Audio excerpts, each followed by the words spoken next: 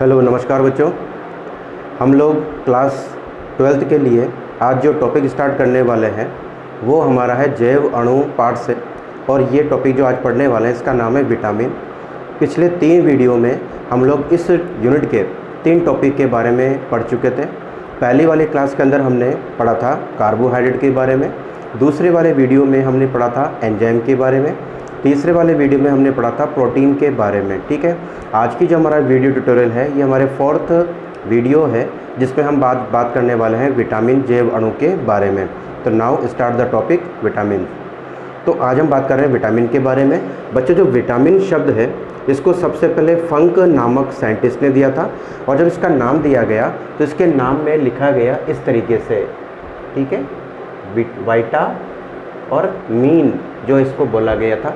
तो आप लोग ध्यान रखेंगे इसमें जो शब्द है ये 2 शब्दों से मिलकर बना हुआ है, एक है वाइटल और दूसरा है हमारे पास में एमीन। इसका मतलब क्या हुआ, इसी से परिभाषा बनी हुई है। वाइटल का मतलब है पादप और जंतु, यानी जो जीव जंतु होते हैं उनके अंदर एमिनो समूह वाले कुछ ऐसे पदार्थ पाए जाते हैं जो कि उनकी जैव रासायनिक क्रियाओं को उत्प्रेरित करने का काम करते हैं।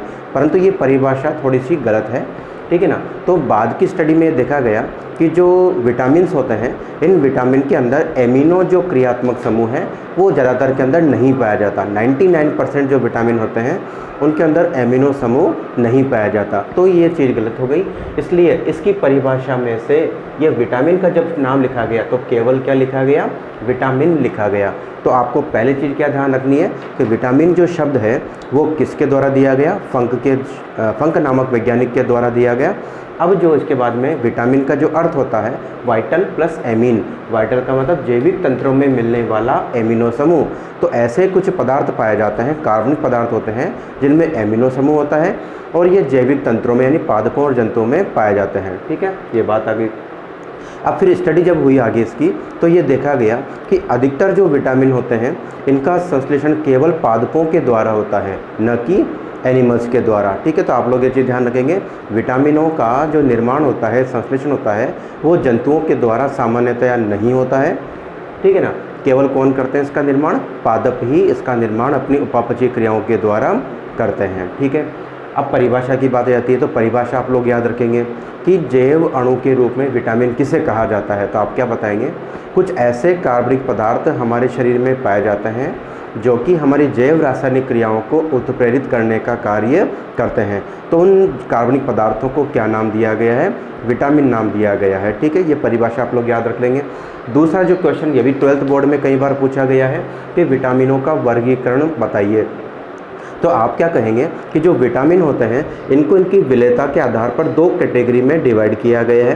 पहले वाले विटामिन जिनको कहा गया है जल में विलेय विटामिन, और दूसरे वाले जो विटामिन है उनको कहा गया है वसा में विलेय विटामिन। अब बात करते हैं कि जल में विलेय विटामिन किसे कहते हैं। तो कुछ ऐसे विटामिन होते हैं विशिष्ट जो केवल जल में ही घुलते हैं, यानी इनकी जो विलेयता है वो केवल जल में ही होती है, इसलिए इनको कहा गया है जल में विलेय विटामिन। यानी आप इसको वसा में या लिपिड में घोलना चाहोगे तो ये नहीं घुलेंगे। तो परिभाषा सिंपल सी है, ऐसे विटामिन जो केवल जल में ही घुलते हैं और अपनी क्रिया दर्शाते हैं तो उनको क्या कहा जाता है, जल में विलेय विटामिन कहा जाता है। इसका एग्जाम्पल भी काफ़ी इम्पोर्टेंट है। एग्जाम्पल के रूप में हम लोग ध्यान रखेंगे कि जो विटामिन सी और जो विटामिन बी कॉम्प्लेक्स जो होते हैं वो हमारे कौन सी कैटेगरी में आते हैं, वो आते हैं जल में विलेय विटामिन में। ठीक है, बी कॉम्प्लेक्स में लिखा हुआ है, बी के अंदर कौन कौन से आएंगे, vitamin B1, vitamin B2, B3, B4, B5, है ना। तो इससे B10, B12, तो ये सब जो है वो किसके अंदर आएंगे, हमारे बी कैटेगरी के अंदर आएंगे। ठीक है, तो ये चीज़ हम लोग ध्यान रख लेंगे। तो ये एक बात हो गई जल में विलेय विटामिन। दूसरा वाला जो विटामिन हमारे पास में है वो हमारे पास कौन सा वाला है, वसा में विलेय विटामिन। ऐसे विटामिन जो केवल वसा में घुलते हैं या वसा में ही संग्रहित होते हैं तो उनको क्या कहा जाता है, उन्हें कहा जाता है वसा विलेय विटामिन। ओके, ये हम लोग ध्यान रख लेंगे। अब आपसे पूछा जाएगा कोई 2 विटामिनों के नाम बताइए जो वसा में यानी फैट में घुलते हैं, लिपिड में घुलते हैं। तो आप उसके क्या नाम बताओगे। हमारे पास 4 विटामिन है, vitamin A, vitamin D, vitamin E और विटामिन के। तो ये 4 विटामिन आपको ध्यान रखने। कई बार कॉम्पिटिटिव एग्जाम में भी पूछा जाता है in the following options which vitamins are soluble in fat. निम्न में से कौन से विटामिन वसा में घुलनशील हैं या वसा में संग्रहित होते हैं। तो ये जो 4 विटामिन हैं ये हमारे कहाँ पर पाए जाते हैं, वसाओं में पाए जाते हैं। यदि हम हमारी बॉडी की बात करें तो ये चारों विटामिन हमारी त्वचा में, यानी जो त्वचा होती है, इस त्वचा के नीचे जो एडिपोज उत्तक होता है वो वसा का केंद्र है या वसा वहाँ संग्रहित होती है। तो इन चारों विटामिनों का संग्रहण केंद्र हमारा क्या हो जाएगा, स्किन हो जाएगी, एपिडर्मिस, और उसके नीचे वाला जो भाग होता है जिसको अपन एंडोडर्मिस कहते हैं, वहाँ पर ये चीज़ पाई जाती है। ठीक है, ये हम लोग ध्यान रख लेंगे। तो इतनी बात समझ में आ गई आपको। सबसे इंपॉर्टेंट इसकी परिभाषा है, वैज्ञानिक का नाम आप लोग याद रख लेंगे, और इसका जो वर्गीकरण है विलेयता के आधार पर, जल में विलेय विटामिन है या वसा में विलेय विटामिन है, और इसका एग्जाम्पल जो है हम लोग ध्यान रख लेंगे। अब बात आती है कि ये जो विटामिन है हमारे पास में, इसकी कौन कौन सी कैटेगरी है और उनका हमारी बॉडी में क्या क्या रोल है, कौन कौन से सोर्स जो हैं वो इसके पाए जाते हैं, तो उसके बारे में बात करने वाले हैं। अब ज़रा बात कर लेते हैं भिन्न भिन्न प्रकार के विटामिन, उनके स्रोत, उनके जो रासायनिक नाम हैं, उनकी जो कमी से जो रोग होते हैं उनके बारे में हम लोग यहाँ पर बात करेंगे। हाँ तो बच्चों, अब हम बात करने वाले हैं विभिन्न प्रकार के जो विटामिन हैं, उनके स्रोत, उनके कमी से होने वाले रोग और उनके क्या क्या कार्य हैं। पहले हमने यहाँ पर 4 विटामिन लिए हैं, आप देख रहे होंगे ये चारों विटामिन कौन कौन से हैं, vitamin A, vitamin D, vitamin E और विटामिन के। और इन चारों को ही हमने कौन सी कैटेगरी में रखा हुआ है, वसा विलेय विटामिन की कैटेगरी में रखा हुआ है। ठीक है, अब एक एक करके इनके बारे में पढ़ लेते हैं। सबसे पहले है विटामिन ए। विटामिन ए का रासायनिक नाम आपको याद रखना है, इसको रेटिनॉल कहा जाता है। कई बार एग्जाम में पूछते हैं कि विटामिन ए का रासायनिक नाम क्या है, तो इसका रासायनिक नाम क्या हो गया, रेटिनॉल। इसी प्रकार से विटामिन डी का रासायनिक नाम हो गया कैल्सीफिरॉल, विटामिन ई का रासायनिक नाम हो गया टोकोफिरॉल, और विटामिन के का रासायनिक नाम क्या हो गया, फाइलोक्विनोल। ये हमें ध्यान रखना है, उसके ये हमको इम्पोर्टेंट है यहाँ पर। उसके बाद में स्रोत, ज़्यादातर विटामिन जो है हमारे दूध, दही, छाछ, अंडा, मांस, मछली में पाए जाते हैं, तो आप इसके स्रोत जो है वो कॉमनली लिख सकते हैं, दूध, अंडा, मांस, मछली, ठीक है, इत्यादि वगैरह। तो ये हमारे स्रोत हो जाएंगे। स्रोत याद करना भी काफ़ी सिंपल है। उसके बाद कार्य हमें ध्यान रखना है, विटामिन ए का जो कार्य है ये हमारी वृद्धि और आंखों से संबंधित जो रोग होते हैं उसके लिए इंपॉर्टेंट होता है, इसमें लिखा हुआ है वृद्धि और दृष्टि के लिए। इसके साथ साथ विटामिन ए जो है रोग प्रतिरोधक क्षमता के लिए भी जिम्मेदार है। तो रोगों के प्रति लड़ने की लिए जो क्षमता है वो किसके द्वारा होती है, विटामिन ए के द्वारा होती है, तो हम लोग इसको ध्यान रख लेंगे। इसी प्रकार विटामिन डी जो है ये क्या कार्य करेगा कि हमारी वृद्धि, जब छोटे बच्चे बड़े होते हैं तो उनकी हड्डियों का विकास होता है, तो उन हड्डियों की वृद्धि, यानी कैल्शियम और फास्फोरस हमारी हड्डियों और दांतों में पाए जाते हैं, तो उनकी आंतों में अवशोषण को ये बढ़ाता है। तो आप ध्यान रखेंगे कैल्शियम और फास्फोरस की आंतों में अवशोषण को बढ़ाता है, यानी जीवों की वृद्धि करने के लिए आवश्यक है। तीसरा हमारे पास जो टोकोफिरॉल है यानी विटामिन ई, ये हमारे शरीर के अंदर एंटीऑक्सीडेंट गुणों को बढ़ाता है, यानी प्रतिऑक्सीकारक गुणों को ये बढ़ाने के लिए रेस्पॉन्सिबल है, जिम्मेदार है।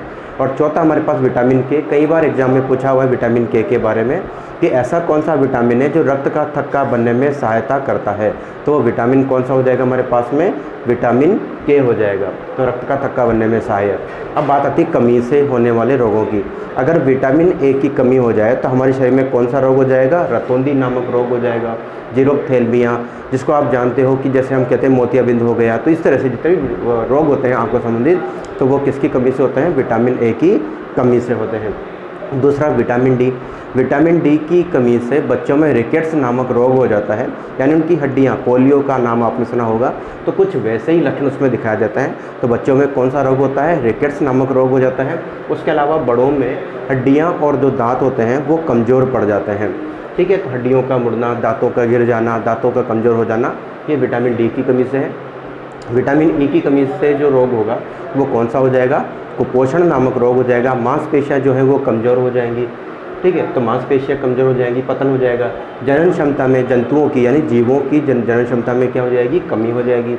विटामिन के आपको सबसे ज़्यादा ध्यान रखना है, रक्तस्राव, चोट लगने पर आपकी जो नसें हैं वो कट जाती हैं, तो वहाँ से रक्त का स्राव बढ़ जाता है।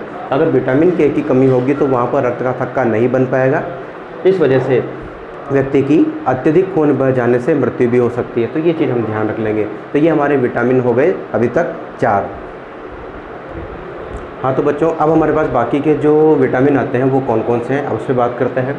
आप यहाँ से देख रहे हैं कि 5, 6, 7, 8, 9 और ये 9 तक जितने भी हैं ये सब हमारे कौन से वाले विटामिन है, जल में विलेय विटामिन है। पहले बात करते हैं B1 की। B1 का रासायनिक नाम हमें ध्यान रखना है, इसका रासायनिक नाम होता है थायमिन। B2 का रासायनिक नाम होता है राइबोफ्लेविन। B6 का रासायनिक नाम होगा पायरिडॉक्सिन। B12 का रासायनिक नाम साइनोकोबालेमिन। कोबाल्ट धातु पाई जाती है, ये एकमात्र ऐसा विटामिन है जिसमें कौन सी धातु पाई जाती है, कोबाल्ट धातु। आप ध्यान रखेंगे, इंपॉर्टेंट है काफ़ी है, कोबाल्ट धातु पाई जाती है। उसके बाद विटामिन सी का जो रासायनिक नाम है वो होता है एस्कॉर्बिकम। और विटामिन एच जो है इसका रासायनिक नाम होता है बायोटीन। अब इनके स्रोत की बात करें, जैसे मैंने पहले कहा कि दूध, मक्खन, दही या मांस, अंडे जो है वो इनके स्रोत होते हैं। तो स्रोत भी काफ़ी सिंपल हैं जो आप लोग याद रख लोगे। उसके बाद में कार्य थोड़े आपको ध्यान रखने हैं। B1 का रासायनिक काम जो है वो है तंत्रिका तंत्र का संचालन, और इस विटामिन की अगर कमी हो जाए तो उसको बोलते हैं बेरी-बेरी रोग। तो पूछा गया एग्जाम में कि बेरी-बेरी रोग कौन सा विटामिन की कमी से होता है, तो आप ध्यान रखेंगे B1 की कमी से, तो बेरी-बेरी पैरों का लकवा आ जाता है इसके अंदर, तो वो चीज़ ध्यान रखेंगे। B2 जो है उसका कार्य क्या है, शरीर की वृद्धि करने का कार्य है, और इसकी कमी हो जाए तो शरीर की वृद्धि कम होती है, मुंह में छाले हो जाते हैं, या होंठ या किनारों को, जो होंठ होते हैं उसके किनारे फट जाते हैं, कभी कभी खून भी निकल जाता है। तो ये किसकी कमी से है, विटामिन B2 की कमी से है। विटामिन B6 नाम इसका पायरिडॉक्सिन है, चावल, अनाज, दालें, अंडा इसके स्रोत हो गए। रक्त संचार का इसका कार्य होता है, यानी इसकी कमी से क्या होगा, रक्त की कमी हो जाएगी, और रक्त की कमी को हम क्या नाम देते हैं, एनीमिया नाम देते हैं। इसी प्रकार विटामिन B12 जिसको हमने साइनोकोबालेमिन का दूध, अंडा, मांस, मछली में ये मिलेगा। उपापचय क्रिया, शरीर में छोटे अणुओं को बड़ा बनाना या बड़े अणुओं को छोटा, नहीं पाचन से संबंधित, या जो पदार्थ हमने लिए हैं भोजन के रूप में उनको एक रूप से दूसरे रूप में बदलने के लिए उसको बोलते हैं उपापचय क्रिया। तो उपापचय क्रिया में ये संबंधित है। प्रकाशीय रक्ताल्पता, ये हमें ध्यान रखना है। विटामिन B12 पर पूछा गया है, प्रकाशीय रक्ताल्पता यानी पर्निशियस एनीमिया जो होता है उस किसकी कमी से होता है, विटामिन B12 की कमी से होता है। इसमें पैरों में झंझनाहट, घबराहट, सूजन, इस तरह से आपको लक्षण दिखाई देते हैं। विटामिन सी का रासायनिक नाम हो गया एस्कॉर्बिकम। स्रोत इसके हैं खट्टे फल, नींबू, नारंगी, आंवला, केरुंदा, ये इसके स्रोत होते हैं। क्या काम करता है, रोग प्रतिरोधक क्षमता में वृद्धि करता है। बच्चों आप लोग जानते हैं कि अभी वर्तमान में कोरोना वायरस जो है या जुकाम जो इस तरह का फैल रहा है, तो उसमें डॉक्टर जो है इम्यूनिटी बढ़ाने के लिए किसका उपयोग करने की सलाह देते हैं, एस्कॉर्बिक अम्ल यानी विटामिन सी, नींबू, नारंगी, आंवला आप ज़्यादा खाइए। तो ये हमारी रोग प्रतिरोधक क्षमता को क्या करता है, बढ़ाता है। और इसकी कमी से जो रोग होता है उसको बोलते हैं स्कर्वी रोग। एक होता है पायरिया, मसूड़ों से खून का आ जाना, इसको पायरिया कहा जाता है। स्कर्वी रोगों में मुंह से बदबू आना, मुंह में छाले पड़ जाना, या मुंह से संबंधित जो रोग होते हैं वो इसमें आते हैं। फिर आता है विटामिन एच या बायोटीन। बायोटीन का स्रोत दूध, अंडा, व्रक, खमीर होता है, ठीक है। उपापचय क्रिया संबंधित है ये भी, और इसका जो उपयोग है या इसकी कमी से जो होगा बालों का गिरना या झड़ना या लकवा जो है वो इससे संबंधित रोग है। तो बच्चों आज की क्लास के अंदर हमने विटामिन को जो है ढंग से पढ़ लिया है, आप लोग इसको आसानी से उतार लेंगे और इसको पढ़ेंगे, ठीक है। अब मिलते हैं हम लोग अगले वीडियो में, जिसमें हम आगे बात करेंगे खाद्य परिरक्षक यानी रासायनिक कुछ पदार्थों की बात करेंगे जो भोजन को रंग देने का या भोजन को स्वाद देने का कार्य करेंगे, ठीक है। तो भोजन में रसायन पढ़ेंगे हम लोग। मिलते हैं अगले वीडियो में, तब तक के लिए good day and good bye.